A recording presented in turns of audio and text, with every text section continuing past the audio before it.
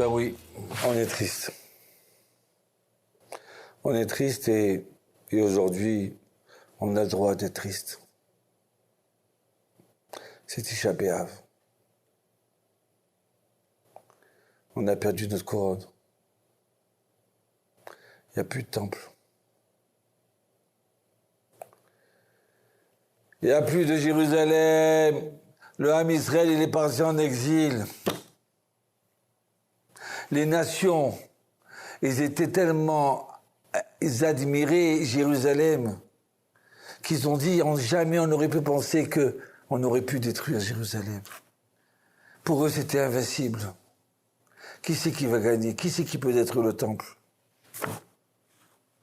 Oui, il y a une période dans l'année où on a une mitzvah d'être triste pour comprendre ce qu'on a perdu. Parce que on peut reconstruire le temple que si on a compris ce qui nous manque. Il y avait un jour un roi, il y a eu un putsch, ils ont voulu le tuer. Il s'est sauvé avec son fils dans la forêt. Et voilà que il vit dans la forêt, il mange de l'herbe, il mange quelques trucs. Il se construit une petite protection de tente avec des feuilles par terre. Et voilà qu'au bout de 10 ans, l'enfant il a 15 ans. Le fils il dit, il voit son père en train de pleurer. Il me dit, papa, pourquoi tu pleures? On est bien ici. Et il dit, mon fils, tu dis on est bien parce que tu sais pas ce que j'ai perdu, ce que tu as perdu. Moi où j'étais dans un temple, avec des serviteurs, avec des habits, avec du manger. J'étais servi du matin au soir, je dirigeais tout le pays. Toi, tu crois que c'est bien, mais c'est la pire d'exil que je suis en train de vivre là maintenant. Si tu savais ce que tu as perdu, tu n'aurais pas arrêté de pleurer. Nos sages, ils disent, depuis que le temple il a été brûlé, il n'y a pas un jour où il n'y a pas sa malédiction. Combien de catastrophes on peut entendre? Des enfants qui meurent, des enfants qui partent brûlés. L'Inquisition elle a été décidée à cette période-là. Mais qu'on parle de la Shoah. Mais si on avait le temple, si on avait David Ameller, notre roi, il n'y aurait jamais eu la Shoah. Il n'y aurait jamais eu tout ça. Nos sages ils disent que depuis que le temple il a été détruit, il n'y a pas un jour, il n'y a pas sa malédiction. Vous comprenez ce que ça veut dire? Ça veut dire quand il y avait le temple, il y avait une bracha dans tout. Nos sages ils disent que le goût des fruits, il s'est perdu. On n'a plus le goût des fruits. Quand tu manges une bonne pastèque maintenant, une bonne pêche, eh ben, c'est rien du tout par rapport à avant.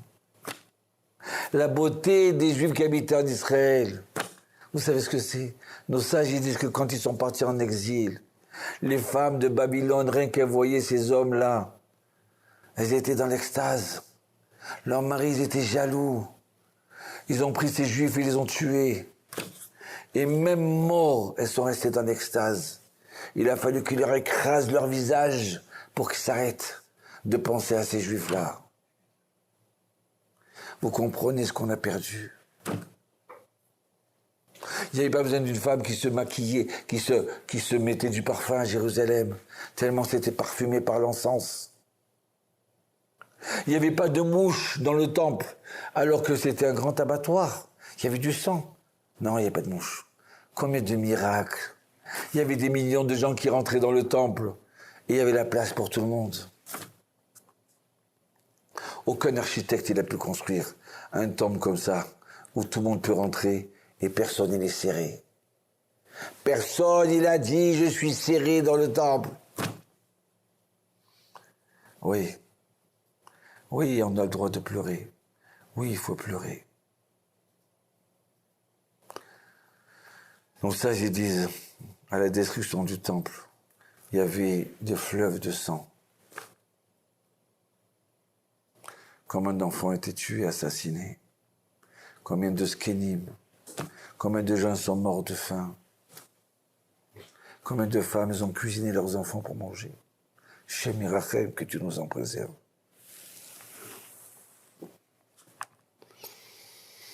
Nos sages ils disent que tout celui qui s'endeuille pour Jérusalem, alors il aura le mérite de voir Jérusalem dans sa joie. On n'a pas le droit de se sauver de ce moment-là. C'est un moment qu'il faut passer. Et il faut pleurer.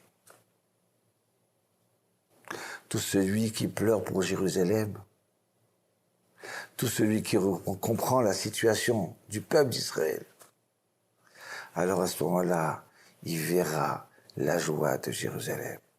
C'est pour ça qu'à Tisha B'Av, c'est mitzvah de jeûner. Oui, mitzvah de jeûner. C'est pour ça que, vous savez quoi? Quand le temple était détruit, eh ben les Juifs, ils voulaient arrêter de manger. Ils disaient, on veut plus manger de viande. Pourquoi? Avant, on faisait des sacrifices. Comment on peut manger de la viande? On veut plus boire de vin. Avant, on faisait le... Les prophètes, ils leur ont dit, mais si vous mangez plus de viande à cause de ça, donc il faut plus boire d'eau, parce que l'eau aussi, on servait de l'eau dans le Beth Amikdash. Alors on mange plus de pain, parce qu'il y avait le pain, vous savez le pain? On le préparait, il restait pendant 7 jours chaud, comme si qu'il venait sortir du four. Ah, combien de boulangers ils auraient voulu avoir ce secret-là? Eh bien, ça faisait partie du miracle du Beth Amikdash. Vous comprenez? Donc alors, celui qui s'endeuille pour Jérusalem, alors qu'est-ce qu'il fait? Eh bien, il aura la joie de se réjouir avec Jérusalem. Donc, le Gaon Vilna dit, depuis que le temple est détruit, même des paroles de Torah, des nouvelles paroles de Torah, on ne peut pas en avoir. Il y avait une bracha, une bénédiction de ce temple, de cette menorah. Ils éclairaient Jérusalem, ils éclairaient Israël, ils éclairaient le monde entier, même les goïms. Ils avaient une bracha spéciale, une bénédiction spéciale grâce au temple de Jérusalem. Et cette bracha, cette bénédiction, elle est partie. Alors vous savez quoi, peut-être que je me suis dit peut-être que ces problèmes climatiques qu'on voit, c'est parce qu'on n'est pas tout à fait bio. S'il y avait le temple là, il n'y aurait pas ce trou d'ozone, je suis sûr et certain. Il n'y aurait pas eu tous ces problèmes-là, avec de ce coup une montée de chaleur, 45 degrés, 50 degrés, des choses qu'on n'a jamais vues. Vous savez ce qui manque? C'est pas simplement qu'il ne faut pas gaspiller et brûler des plastiques et l'essence, pas simplement ça. Il nous faut le temple. Si on avait ce temple-là, on n'aurait pas eu tous ces problèmes-là. Un jour, Napoléon, il arrive dans une synagogue et il voit des Juifs en train de pleurer. Il dit, mais qu'est-ce qui se passe? Qu'est-ce qui se passe? Pourquoi vous pleurez? Je vois vous en train de pleurer. Pleurer, oui. Alors, il leur dit, non, on pleure parce que notre temple, il a brûlé. Ouais. Et quand ça s'est passé hier? Il dit, non, ça s'est passé il y a 1900 ans. 1900 ans et vous pleurez comme si c'était hier? Napoléon. Alors les soldats à côté, les généraux, ils sont mis à rire. Napoléon dit, ne rigolez pas. Une nation qui n'oublie pas la destruction de son temple, ça veut dire quoi? Qu'elle va redevenir une nation. Elle va retrouver son temple. Si on ne désespère pas, eh bien Hachem, il veut leur redonner ça. Oui, c'est mitzvah de pleurer. Oui, on arrive la semaine Tisha B'Av, eh ben, on mange pas de viande, même depuis Rosh Chodesh. Oui, veille de Tisha B'Av, on doit s'asseoir par terre et manger notre dernier repas avec un œuf et de la cendre. Oui, on n'a pas le droit de rire. Oui. Combien de catastrophes on vit aujourd'hui?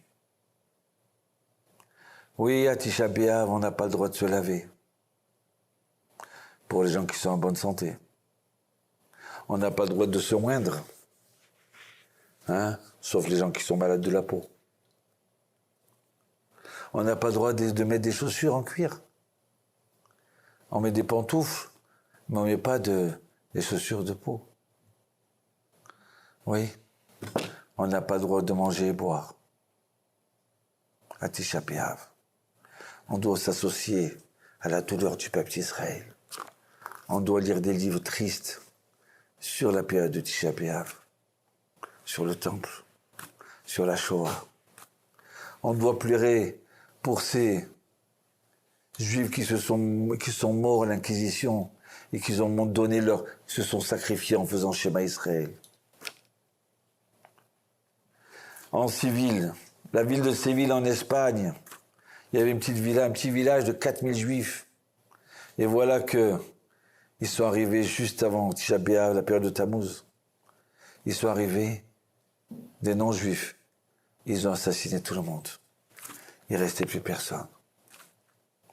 À Tolède, le 17 Tammuz, pareil. Ils sont rentrés. Ils ont assassiné des vieillards, des hommes, des femmes, des enfants. Il n'y a plus personne. Pareil en Russie. Pareil en Pologne. Les pogroms. Comment on peut manger ce jour-là quand on comprend la douleur? Pas simplement la douleur du peuple d'Israël. On n'a pas le droit de manger, on n'a pas le droit de boire. C'est dur? Oui, c'est dur. Sauf les personnes qui sont malades, bien sûr. Rabbi aussi, il raconte qu'un jour, il est rentré pour prier dans une maison désastrée comme ça, une ruine. Et Yohanav, il a attendu à la porte. Il lui dit à Rabbi aussi, dis-moi, qu'est-ce que tu as entendu pendant que tu as prié? Il dit, j'ai entendu une colombe. Une colombe qui commence à roucouler et qui dit, oi, oi. Comme ça, il parle au nom de Dieu. Oi, pourquoi j'ai rejeté mes enfants de la table, de ma table à moi? Oh, comme c'est beau d'entendre des enfants dire Kaddish. Amen, Yeshemi Rabba, quand ils rentrent dans les synagogues. Pourquoi je les ai renvoyés? Pourquoi mes enfants, ils ont fauté? Akadosh Hu, Dieu, soi-disant, c'est une image. Il prend sa tête, ses mains dans sa tête, et il la bouge en pleurant, en regrettant qu'il a brûlé le temple, et que ses enfants, ils souffrent, qu'ils souffrent le martyre. Voilà. Même Dieu, il pleure avec nous à Tisha B'Av. On n'a pas le droit de dire shalom à Tisha B'Av. On n'a pas le droit d'avoir des rapports conjugaux. On n'a pas le droit de rire à Tisha B'Av. Celui qui ne rit pas à Tisha B'Av, eh bien, il rira dans la construction. Donc, il y a des moments où il faut sortir cette remesse, cette douleur qui est en nous.